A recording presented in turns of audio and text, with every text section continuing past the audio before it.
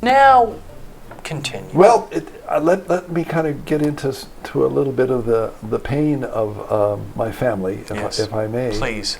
It kind of speaks to the bigger picture, and I say this, please, not as a way of trying to criticize what was going on, but there's some real dysfunctional things going on. Like? My mom was an alcoholic. So was mine. Mom was a concert pianist. Mm-hmm. She was a toast mistress, if you remember these people that would give speeches and whatnot. That's still going on now. Toastmasters. Yeah. Mm-hmm. Writer, good, but she had a problem. All it took was half a glass of beer, and off we go. And she was a different person, a person that I was ashamed to bring my friends to see because I loved her so much. Me too. You know? And so I would spend more time playing basketball, and this is the growing up time even before the seminary So time. would you describe her behavior, I guess, as erratic by virtue of when she would drink? It would be erratic. She was a different person. Now, in the world of 1955, committed Catholic family. Oh, yeah. As opposed to the world of today. Yeah. Divorce just simply was not an option. No, that wasn't. That was not an option. No, that wasn't thought of. So this is a burden for you, a burden for your father, a burden for your family. Well, the other side of this is, and this kind of, I say this again, please, I'm not trying to be negative about them, but both of my sisters died of sclerosis of the liver. Because now because we understand. So there's undercurrents of things that are painful. And so what we have here is a family, as mine was, really havoc due to alcoholism. We have a mother, and then of course 2 sisters. Both died at what age? Well, Mary died at 50, and Alice died in her early 70s. Mm-hmm. She should be living today, but sure. These things happen. Yes. It's interesting because it kind of helps me with regard to my own ministry. What I went through was, this is kind of important because it speaks of my theology and my relationship with God. I felt that I was responsible for Mom's drinking. I understand that. And I can remember arguing. As an adult child of an alcoholic, precisely, I can understand. There I am. Sure. And we would argue, Mom, and I tried to get her to sign a paper, that's saying, I will not drink anymore. And sure. do that. But of course, when you get into these addictions, it's very hard. But you don't understand that fully at that youthful age. No, it is. And also, to be fair to you and to your mom, this is an important point. We know much, much, much, much more today about addiction than we did then. In 1955 or 1960, little in comparison is known. First of all, there's tremendous shame. Yeah. Oh, I didn't want anybody to see it. Oh, no. Today, addiction is better understood and much less stigmatized, still some, but in that world, oh my goodness gracious, first not understood, thought to be really a problem of willpower.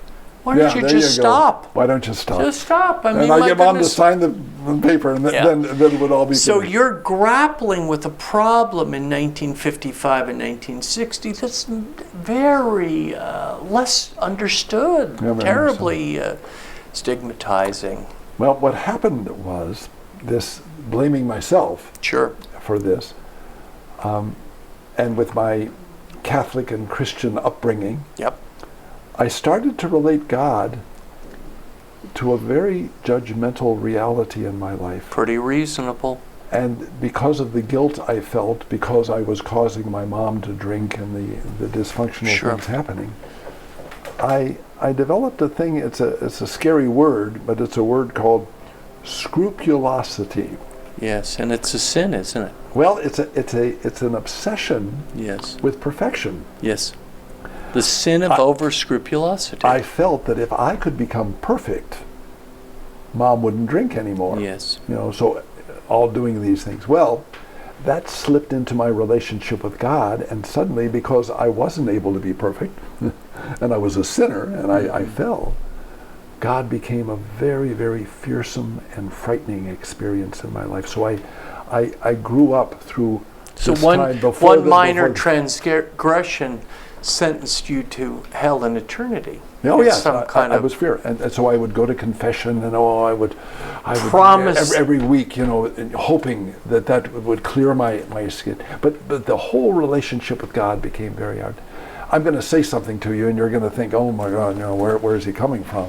It got so intense, the mental relationship with God of fearing, this powerful God, that I used to pray, and I would pull up my arm, and I'd stand in front of the Lord, and I'd say, Lord, give me cancer right here, and let me have that instead of this terrible obsession, this terrible closed fearsomeness of my relationship. Now, at what age do you get a sense that this obsession is coloring your thoughts more than maybe? Well, an obsession is tough because it becomes all-inclusive. It becomes everything in your life. But in your early 20s, are you feeling this? There's the light that came to me, and I'm delighted to say this because of my ecumenical and interreligious propensity in my life. I was doing a study on a Lutheran theologian by the name of Paul Tillich, very prominent and great theologian. He had been teaching at the University of Chicago, and we were having a seminar on Paul Tillich, and I can remember where I was sitting in the library at the major seminary. So what am I? I'm probably 24, still rocking and rolling with this obsession. Terrible. And I'm reading the book, and I've got a chapter, and the name of the chapter is You Are Accepted. And I said, oh, that's good. So I'm reading that, and so I'm kind of underlining because I'm going to have to give a report at the seminar. Sure. And I come to the last page, and there's a little paragraph in italics, and I look at it, and I start reading, and it says, "You are accepted.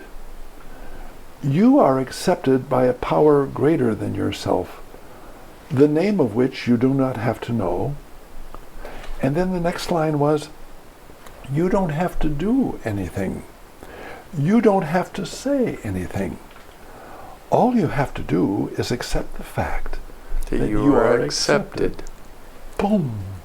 And it was like and I speak as a Christian of a moment of grace, as a moment of kind of epiphany, if you will, of breaking into your kind world. of element, I don't know if this is a right analogy, almost a kind of crucifixion resurrection well, simultaneously. all of a sudden it just came to me, the awareness that I didn't have to do anything. Here you were struggling to I was be doing everything. I wanted to do everything, and it was the reality of Luther, I think, in many ways, in some of his deep thing, his struggle with God.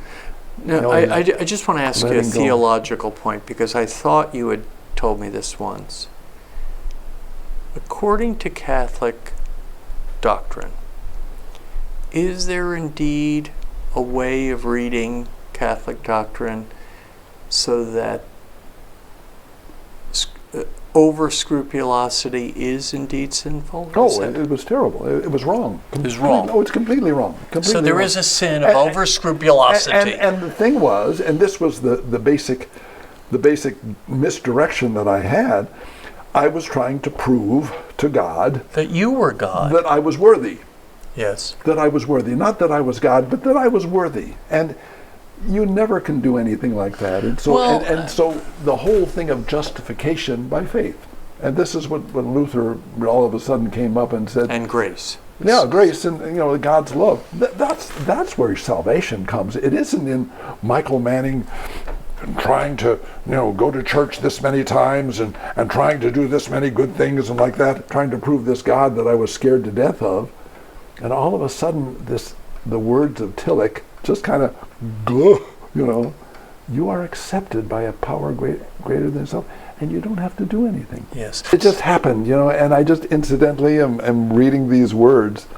And I say that because I think in life we all kind of look back to pivotal things that happened. Yes, that's an inflection point. A person that we met, and so at that situation. moment, when you read, you don't have to do anything. You literally feel liberated, as if it was a freedom. It was a and freedom. was the transformation? The transformation was significant. The transformation was radical, and the transformation was. What would you describe the transformation? Almost instant. Let's say progressive. Progressive. I started It's such a path. moving in that direction. Okay, I started fair moving enough. because I'm still. I go to counseling myself now, and there's still the remnants of the scrupulosity as part of my life. That you don't all of a sudden. Well, that's no longer there.